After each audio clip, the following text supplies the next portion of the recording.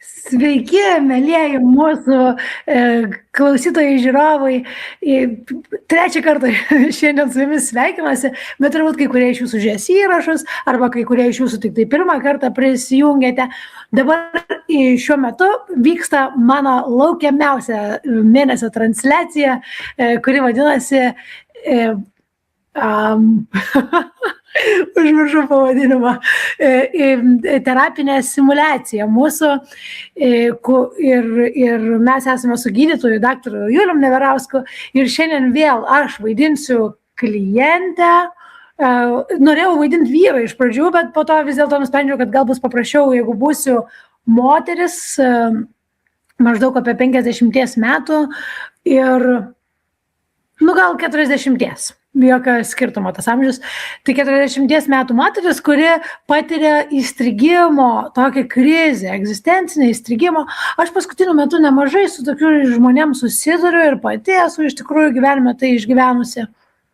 Ir mūsų šitos terapinės simuliacijos, man atrodo, labai naudingos, nes aš tai kiekvieną kartą apsimesdama kažkokią tai klientę ir gaudama gydytojo tokią terapiją, kur beje dar kartelį paminėsiu, kad Julius yra autentiškas ir ekspromtu viską ves natūraliai, dėl to, kad nežino jokio konteksto. Žino tiek pat, kiek ir jūs ten tą užrašą, kad su egzistencinė krize susidurianti moteris įstrigimo. Tai viskas vyks autentiškai ir aš kiekvieną mūsų transliaciją, tiesą sakant, vis kažkokią tai savo vidinę dalį tikrai įsiterapinu. Ir vis gaunu tokių atsiliepimų ir netgi, kai buvom stovykloje, irgi kai kurie žmonės priėjo ir dideliam džiaugsmui sako, kad šitas terapinė simuliacija tikrai labai paveikė. Kaip ir mane šiaip paveikė, kai aš esu studentė ir turiu galimybę klausyti, kaip gydytojas konsultuoja iš tikrųjų tikrus pacientus. Tai labas, Juliau, ar esi pasiruošęs, ar dar norėtum prieš tai kažką pasakyti? Viskas gerai, nieko nenoriu, esu pasiruošęs, susikaupęs. Super. Tai aš, kai užsidedu kepurę, tai tampu... Ir autentiškas. Nuostabu. Tai aš, kai užsidedu kepurę, tai tampu Karolina, man yra 40 metų ir aš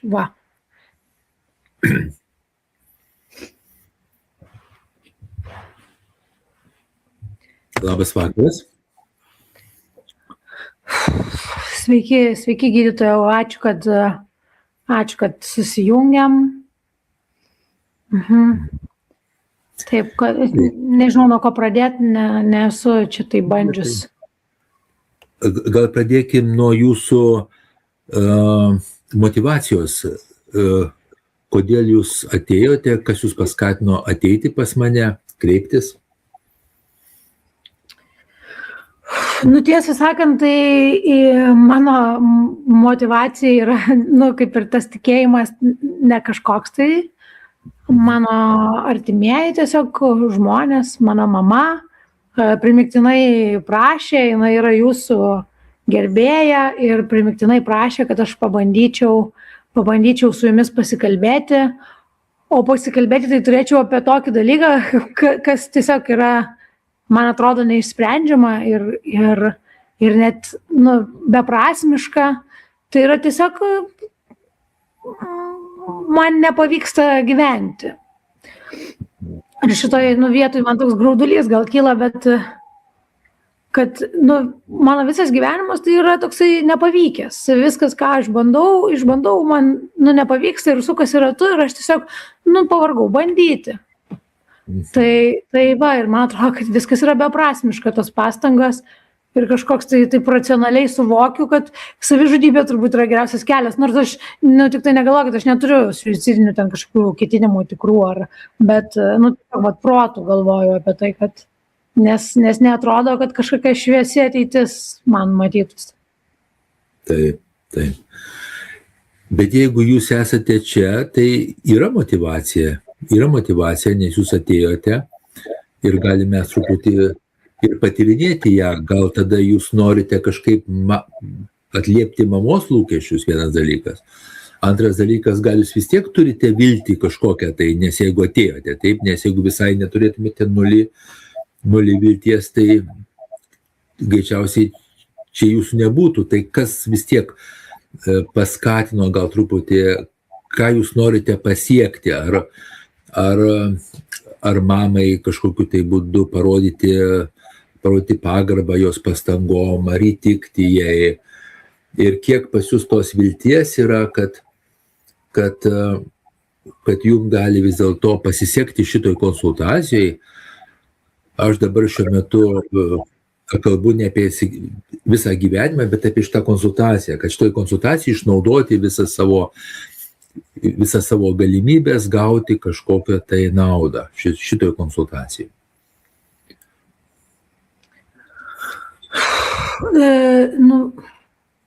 Nu taip, jūs gan taikliai pastebėjot, kad yra gal kažkokia tai viltis, nors jinai ir skamba juokingai ir aš netgi pati, kai pasakau apie tai man iš karto viduje tokie blokai užsideda, nes, kokia gali būti viltis, kai taip vis nesiseka, bet, o gal kažkas išjudėsim, nors ir atrodo tikrai labai beviltiškai, bet taip, aš noriu mamai įtikti, bet aš iš tikrųjų tai norėčiau kažkaip, kad man pasisektų, bet tiesiog rodo gyvenimas, kad vis nesiseka ir nesiseka ir gal kažkokia maža viltis yra, tai aišku, aš prisijungiau. Man dabar tai pasakėme. Tai mano labai toks posakis mėgstamas yra, kad sėkmingą žmogų nuo nesėkmingo skiria bandymų, klaidų ir nesėkmingų bandymų skaičius. Taip, tai jeigu jūs dabar pirmą kartą bandote konsultacijas, tai labai tikėtina, kad nežinote, ar pasieks ar nepasieks. Tai tiesiog galime mes padaryti viską, kad mums pasiektų abiem. Nes mes esam komanda čia ir dabar ir šiuo metu ir galim pabandyti kartu dirbdami petys į petį siekti rezultato, kažkokio tai įžvalgų, postumių, planų, kaip veikti, kaip elgtis, kad jūs jausmėtės geriau ar pasiruošusi tam. Taip. Ja. Taip. Gerai, tai gal galite truputį, aš dar svarbu, kai žmogus taip sako, man dar svarbu įsivertinti depresijos simptomus, taip, labai svarbu, nes tada būtų vienas būdas jums padėti, bet taip žmonės jaučiasi ir be depresijos simptomų. Tai kiek yra pas jūs to, kad visiškai nėra energijos, nes yra skirtumas, ar nėra motyvacijos noro, arba nepasitikėjimo, ar nėra energijos, ar jūs gulit lovą visą dieną, ar jūs vis tiek kažką tai darote.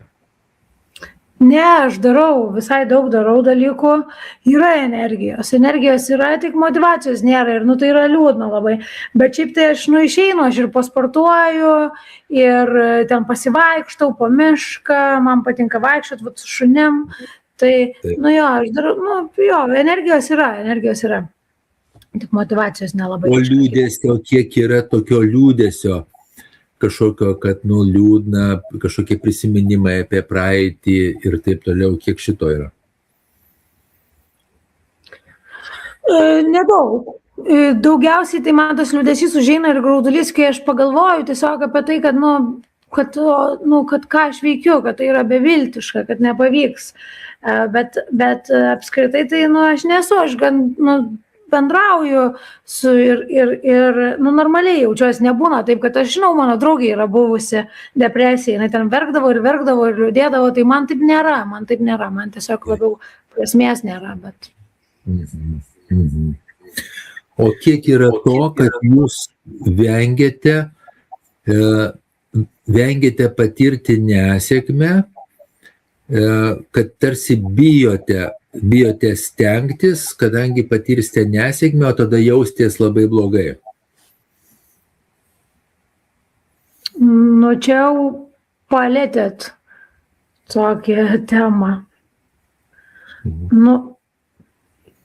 Yra gal nemažai, aš nebuvau apie tai pagalvojus, bet man, matot, tiesiog gyvenimo visi aspektai rodo įrodymais, kad man nepavyks, nes viskas, ką aš bandžiau, man niekada nepavyko. Aš bandžiau studijuoti, man nepavyko, aš bandžiau savo verslą, man nepavyko, bandžiau, žodžiu, visą laiką ir aš tiesiog, man atrodo, esu toks žmogus, kuriam nepavyksta.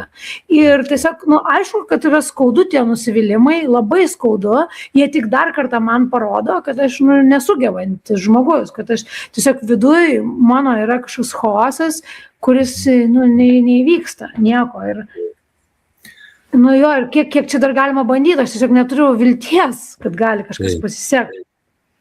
Taip.